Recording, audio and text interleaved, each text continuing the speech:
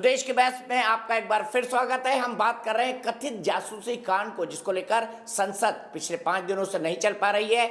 राहुल गांधी ने आज सरकार पर आरोप लगाया कि सरकार उनकी जासूसी करा रही है। उन्होंने गृह मंत्री का इस्तीफा मांगा, प्रधानमंत्री पर न्यायिक जांच की मांग की। और इसी पर बात करने के लिए मेरे साथ जुड़े हुए हैं मेरे editor in chief Manoj Gairola sir, मेरे साथ डॉक्टर मनोज यादव हैं, बीजेपी के राष्ट्रीय प्रवक्ता, मेरे साथ संगीत रागी जी हैं, राजनीतिक विश्लेषक, मेरे साथ गुरदीप सप्पल साहब हैं, कांग्रेस के राष्ट्रीय प्रवक्ता, मेरे साथ विवेक श्रीवास्तव जी हैं, लेफ्ट के नेता। सबसे पहले मैं चलूंगा गुरदीप सप्पल जी के पास। गुरदीप सप्पल जी, मुझे तो लग रहा है कि इतने सारे इशू हैं, कोरोना है, महामारी है, वैक्सीनेशन है, बेरोजगारी है, महंगाई है, सबको छोड़ के आप इस कथित जासूसी कांड में ऐसे उलझे कि मुझे लग रहा है सरकार ने ये खबर छपवा दी है आप लोगों को घुमाने के लिए। बिल्कुल दीपक जी, बहुत सारे मुद्दे इस समय देश के सामने हैं, लेकिन ये मुद्दा क्यों महत्वपूर्ण है ये समझना भी जरूरी है। देखिए, सिर्फ प्राइवेसी का मुद्दा नहीं, ये केवल टेपिंग का भी मुद्दा नहीं, ये सिर्फ सर्विलांस का भी मुद्दा नहीं है जो हर सरकार करती है सरकार चलाने के लिए, आज से नहीं सदियों से करती है। ये मुद्दा उस सॉफ्टवेयर का है जिसकी कीमत 10 लोगों के लाइसेंस की 60 करोड़ रुपए, यानी एक व्यक्ति का फोन जांचने के लिए 6 करोड़ रुपए की कीमत है इस सॉफ्टवेयर की, और जो केवल आतंकवादियों की सर्वेलेंस करने के लिए सरकारों को बेचा जाता है। और इसने कथित तौर पे, मैं आप ही के शब्द दे रहा हूं, कथित तौर पे किसकी की है? भारत के चीफ जस्टिस के ऑफिस की है, जब उनपे एक केस लगा था और वो राफेल की सुनवाई कर रहे थे। इसने चुनाव आयुक्त की है, जब भारत में लोकसभा के चुनाव हो रहे थे। इसमें केंद्र सरकार के 2 मंत्रियों की, जो मोदी जी के मंत्रिमंडल का हिस्सा है, उनकी की है। इसने मुख्यमंत्री, उप मुख्यमंत्री और भूतपूर्व मुख्यमंत्री कर्नाटका के सर्विलांस की है, जब वो सरकार गिराने के प्रोसेस चल रहा था। और इसने उन जर्नलिस्टों की है जो सरकार के खिलाफ बोलते हैं। तो ये सवाल ये है कि प्रति लाइसेंस 6 करोड़ रुपए का खर्चा इस देश में जो टेररिस्ट के खिलाफ होना चाहिए था, वो भारत की चीफ जस्टिस के यहाँ हो जाए, वो भारत के चुनाव आयुक्त के यहाँ हो जाए, और वो उन लोगों के यहाँ हो जाए जिनसे भारत की वायुसेना के लिए राफेल खरीदने का प्रोसेस चला हुआ था। यानी कि सुरक्षा का जो सैन्य का जो पूरा मामला था, वो लोग जो डील कर रहे थे, उनकी सब बातें सुनी गई। बातें नहीं सुनी गई, सब डॉक्यूमेंट सारी, और कैमरा ऑन हो जाता है, उसकी आप सारी चीजें सुन सकते हैं। तो ये कुल मिला के नेशनल सिक्योरिटी का इशू है, और जब देश की सिक्योरिटी की बात आती है तो सबसे महत्वपूर्ण मुद्दा वही हो जाता है। और ये क्यों कह रहे हैं हम?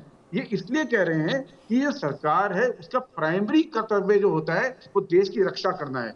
आप देश की रक्षा नहीं कर रहे हैं। सैन्य डील के अंदर जासूसी हो गई, सुप्रीम कोर्ट के अंदर जासूसी हो गई, चुनाव आयोग के अंदर जासूसी हो गई, और मंत्रिमंडल के अंदर जासूसी हो गई, स्टेट गवर्नमेंट में जासूसी हो गई। तो इस मुद्दे को छोड़कर अगर आप ये चाहते हैं कि देश में सब कुछ ठीक है, इस धारा पे चला जाए, तो शायद वो देश के साथ धोखाधड़ी होगी, वो असली देशद्रोह माना जाएगा।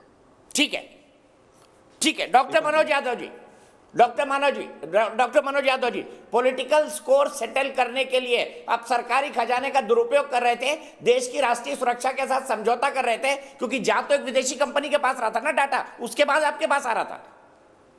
अच्छा दीपक जी, क्या है कि जब 30 से ज्यादा बिल लंबित है और 30 बिलों पर चर्चा होनी बाकी है, उस समय भी इस तरह का विवाद पैदा करने का बहुत बड़ा प्रोपेगेंडा है।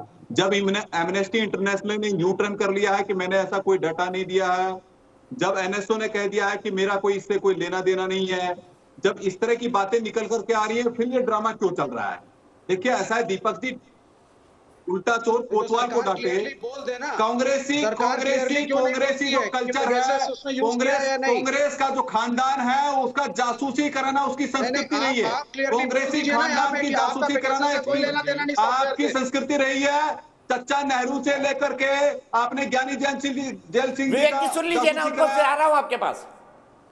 ज्ञानी जैल सिंह जी का आपने देखा कि किस तरह से राजीव गांधी किस तरह से जासूसी करा रहे थे, मनमोहन सिंह जी किस तरह जासूसी करा रहे थे, प्रणब मुखर्जी किस तरह जासूसी करा, प्रणब मुखर्जी जी की किस तरह जासूसी हुई, और यहाँ तक कि पायलट क्या तरीका है? ये चीनी एजेंट को कहां से पकड़ रहा है? ये सबसे बड़े चीन के दलाल यहाँ बैठे हुए हैं। विवेक जी थोड़ा सा सब्र। चीन के जो एजेंट बैठे हुए हैं उनको क्यों दिक्कत हो रही है? ये जो चीनी एजेंट है इनको क्या समस्या हो रही है? अरे मैं चीन के प्रवक्ता, चीनी एजेंट विवेक जी, आपको क्या तकलीफ हो रही है?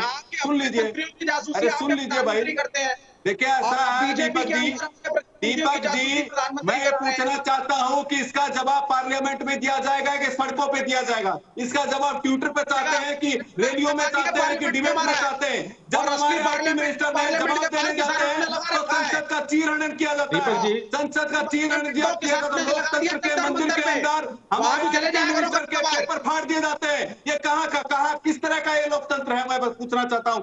संसद में जवाब देने जब आईटी मिनिस्टर खड़े होते हैं तो ड्रामा करते हैं, हल्ला करते हैं। अरे प्रेस कॉन्फ्रेंस करने से ठीक है, ठीक है। विवेक श्रीवास्तव जी एक मिनट विवेक श्रीवास्तव जी एक मिनट, कोई लिंक है तो दीजिए। मैं आ रहा हूँ आपके पास, आ रहा हूँ आपके पास। मेरे एक दर्शक सौरभ जैन बरेली से जुड़ गए। सौरभ, मुझे बताइए, क्या आपको लगता है ये जासूसी हुई है?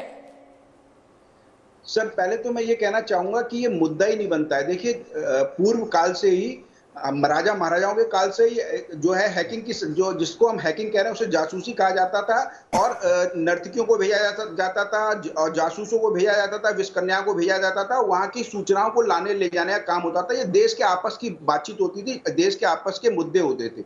लेकिन विपक्ष ने ये जो मुद्दा इस समय उठाया, ये भी बहुत प्रारंभिक दौर में, अगर हम अंतरराष्ट्रीय स्तर पर देखें तो फ्रेंच पत्रकार लीनार्ड ब्रेडा ने इस मामले को उठाया है। और उनकी आपत्ति पर हमें गौर करना चाहिए। उनकी आपत्ति प्राइवेटाइजेशन को लेकर, मतलब निजीकरण को लेकर है। उनकी आपत्ति की हमारी निजी जानकारी को लेने का काम किया गया है, जबकि और उनकी आपत्ति किसी बात को लेकर नहीं है, किसी भी सुरक्षा को लेकर नहीं है। हमारे देश में आईटी एक्ट जो है 2000 के सेक्शन 69 और टेलीग्राफ एक्ट 1985 के सेक्शन 5 में सरकार को पूरा अधिकार है कि वो सर्विलांस के जरिए ये सारी सूचनाएं इकट्ठी करे जो देश की अखंडता, सुरक्षा और रक्षा से जुड़ी होनी चाहिए।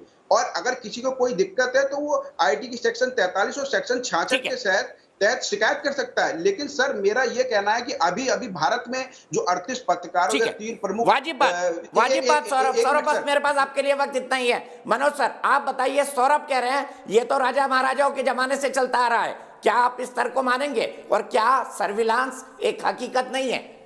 नहीं, देखिए ऐसा है कि नहीं, देखिए ये बात बिल्कुल भी ठीक नहीं है, क्योंकि हमारे देश का कानून है और कानून में उसमें बताया गया है कि जो सर्विलांस होगा किस किस कंडीशन में हो सकता है।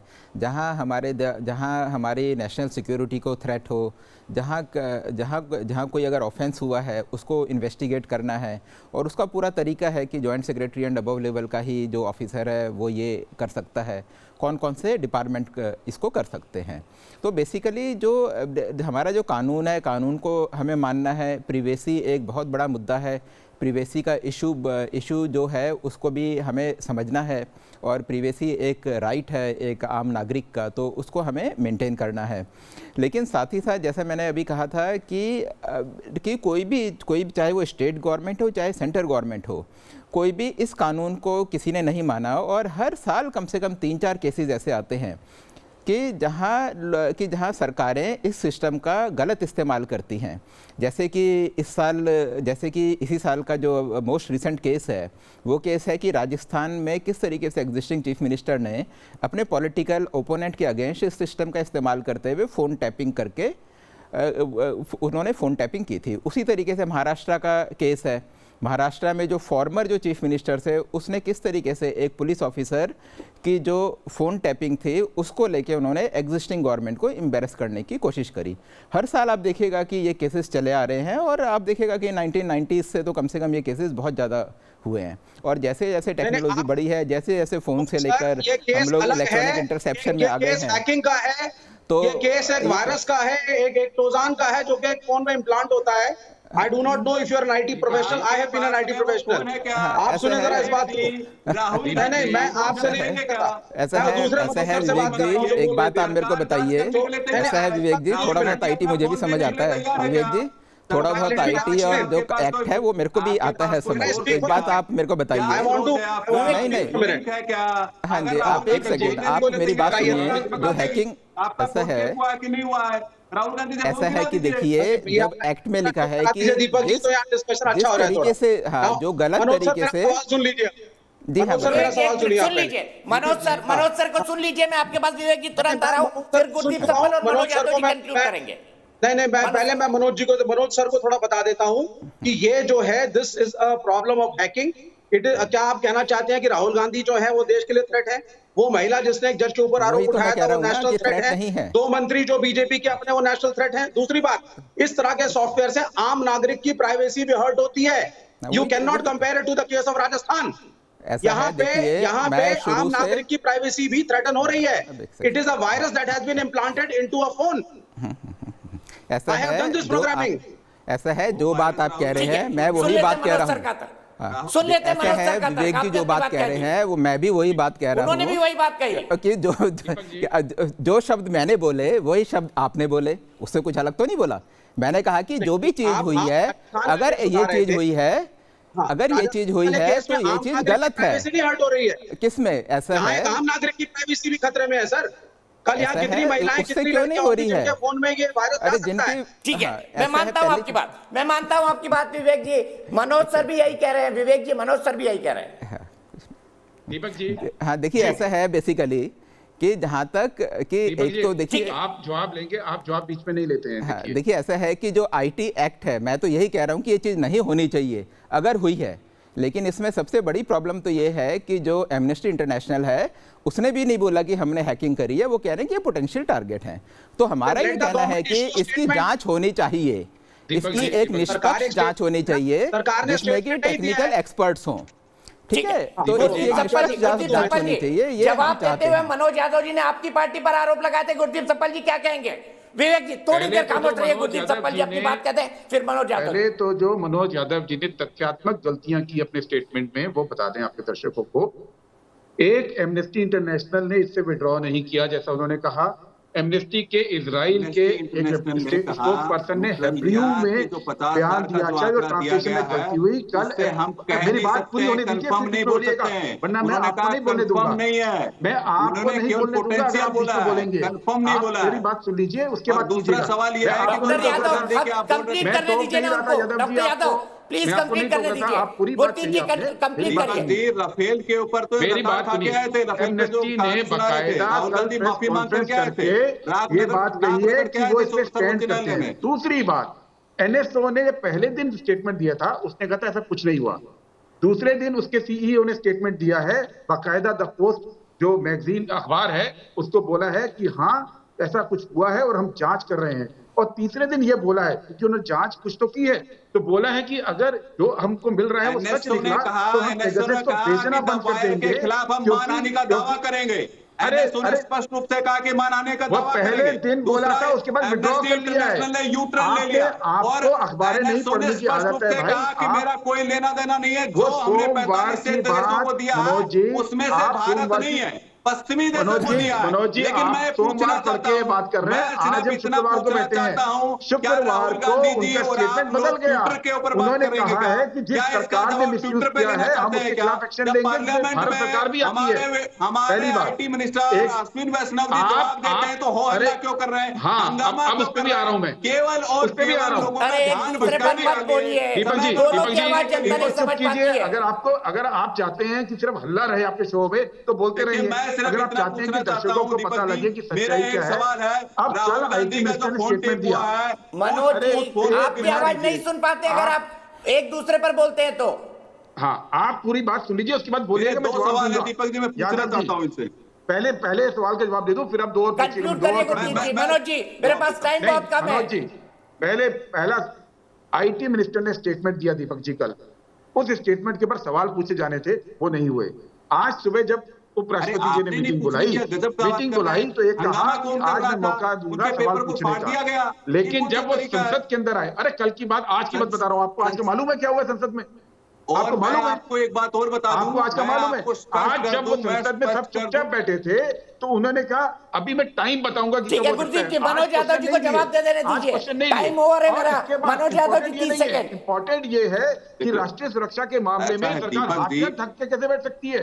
सरकार देखिए ऐसा है दीपक जी मेरा तो एक ही इनसे सवाल है कि भैया आपके पास सोर्स है वो दे दीजिए। कंक्लूड करिए 20 सेकंड में। लिंक आपके पास सोर्स क्या है राहुल गांधी जी, वो दे दीजिए। आपके पास कोई लिंक है तो वो दे दीजिए। आपका यदि मोबाइल हैक हुआ है तो आपको लगता है कि जासूसी हो रही है तो वो हमको दे दीजिए, हम देख के बताए, उसको जांच हो जानी चाहिए। लेकिन सवाल ये देखिए ऐसा दीपक जी, केवल भ्रमित करना अब इसका जवाब ले लीजिए। और जासूसी का जिनका इतिहास रहा है, जिन्हें चच्चा नेहरू से लेकर के मनमोहन सिंह जी से लेकर के मैं यही रोकूंगा। 91% देश की बहस के दर्शक मानते हैं कि हाँ, सरकार को बदनाम करने की ये साजिश है। ये दर्शकों की राय है, देश की बहस के दर्शकों की राय, देश की राय नहीं है। फिलहाल एक ब्रेक, लेकिन न्यूज नेशन पर खबरों का सिलसिला लगातार जारी है।